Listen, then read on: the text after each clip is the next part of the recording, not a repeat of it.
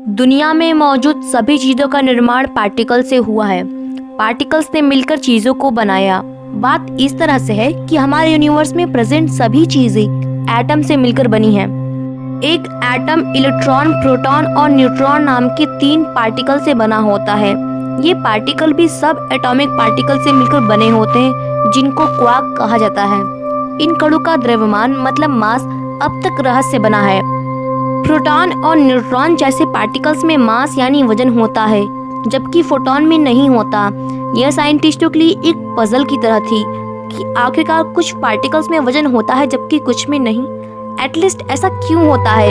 इस बात को पीटर हिग्स और 5 और साइंटिस्ट ने ईयर 2012 में सॉल्व करने की कोशिश की थी। उन्होंने हिग्स बोसॉन का प्रिंसिपल दिया। उनके प्रिंसिपल के अकॉर्डिंग बिग बैंग के तुरंत बाद किसी भी पार्टिकल्स में कोई वजन नहीं था। जब यूनिवर्स ठंडा हुआ और टेम्परेचर एक सर्टेन लेवल के नीचे गिरता चला गया, तो पावर की एक फील्ड पूरे यूनिवर्स में बनती चली गई। उस फील्ड के अंदर फोर्स था और उसे हिग्स फील्ड के नाम से जाना गया। उस फील्ड के बीच कुछ पार्टिकल्स थे जिनको पीटर हिग्स के सम्मान में हिग्स बोसॉन के नाम से जाना गया। इसे ही गॉड पार्टिकल भी कहा जाता है। उस प्रिंसिपल के मुताबिक जब कोई पार्टिकल हिग्स फील्ड के प्रभाव में आता है तो हिग्स बोसॉन के माध्यम से उसमें वजन आ जाता है। जो पार्टिकल सबसे ज्यादा प्रभाव में आता है उसमें सबसे ज्यादा वजन होता है, और जो प्रभाव में नहीं आता उसमें वजन नहीं होता। उस समय तक सिर्फ यही अनुमान था कि हिग्स बोसॉन नाम का पार्टिकल्स यूनिवर्स में प्रेजेंट है, बट जुलाई 2012 में स्विट्जरलैंड में साइंटिस्टों ने हिग्स पार्टिकल के डिस्कवरी की अनाउंसमेंट कर दी। अब यह क्वेश्चन अराइज होता है कि ये गॉड पार्टिकल बहुत ही छोटे होते हैं, एटलीस्ट इलेक्ट्रॉन से भी छोटे, then why they particles are so important for us. तो इसके लिए रिसर्चरों का कहना है कि हमारे इस दुनिया की रचना में वेट और मास का खास महत्व है। भार या द्रव्यमान वह चीज है जिसको किसी चीज के अंदर रखा जा सकता है। अगर कोई चीज खाली रहेगी तो उसकी एटम्स अंदर में घूमते रहेंगे और आपस में कभी भी नहीं जुड़ेंगे। जब एटम्स आपस में जुड़ेंगे नहीं तो कोई दूसरी चीज नहीं बनेगी। जब भार आता है तो पार्टिकल्स एक दूसरे से जुड़ता है, जिससे चीजें बनती हैं। ऐसा मानना है कि इन पार्टिकल्स के आपस में जुड़ने से ही चांद, स्टार्स, गैलेक्सीज और हमारे यूनिवर्स की बाकी चीजों का निर्माण हुआ है। अगर पार्टिकल्स आपस में नहीं मिलते तो इन चीजों का एग्जिस्टेंस नहीं होता, और पार्टिकल्स के आपस में मिलने के लिए वेट काफी जरूरी है। अब सेकंड क्वेश्चन अराइज होता है कि इसका नाम गॉड पार्टिकल ही क्यों पड़ा।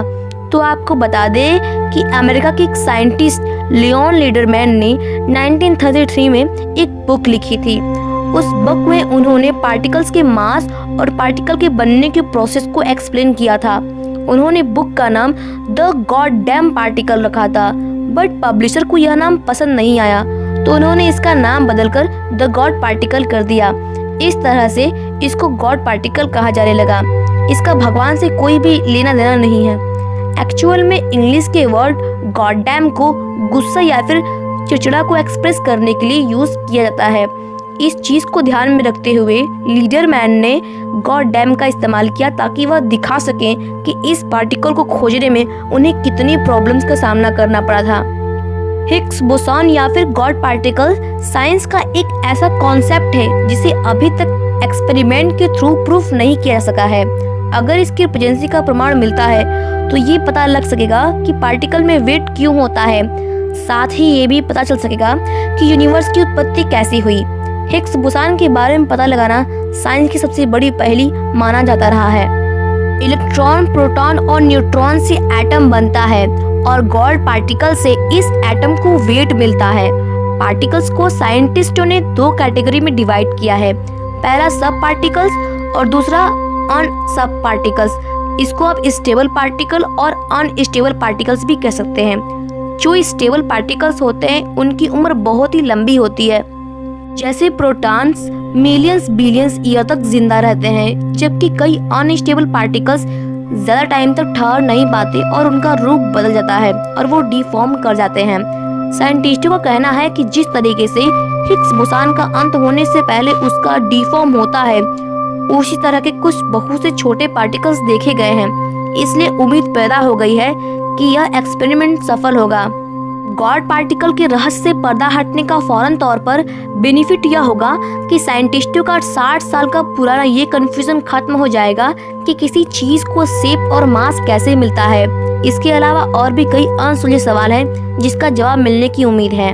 साथ ही साथ यह भी पता चल सकेगा कि अर्थ के भीतर धधकते वोल्केनोस को इतनी एनर्जी कहाँ से मिलती है।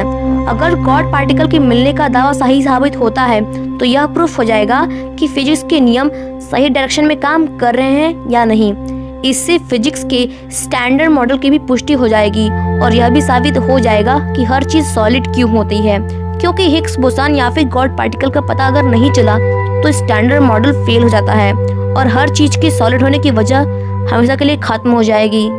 और फिर ये साइंटिस्टों के लिए बहुत ही बड़ा झटका होगा और तब मैथमेटिक्स पे भी सवाल उठने लगेंगे। मतलब अगर गॉड पार्टिकल ढूंढा गया तो इतने सारे सवालों के जवाब हमें मिल जाएंगे। तो आज के लिए बस इतना ही एंड थैंक्स फॉर वॉचिंग।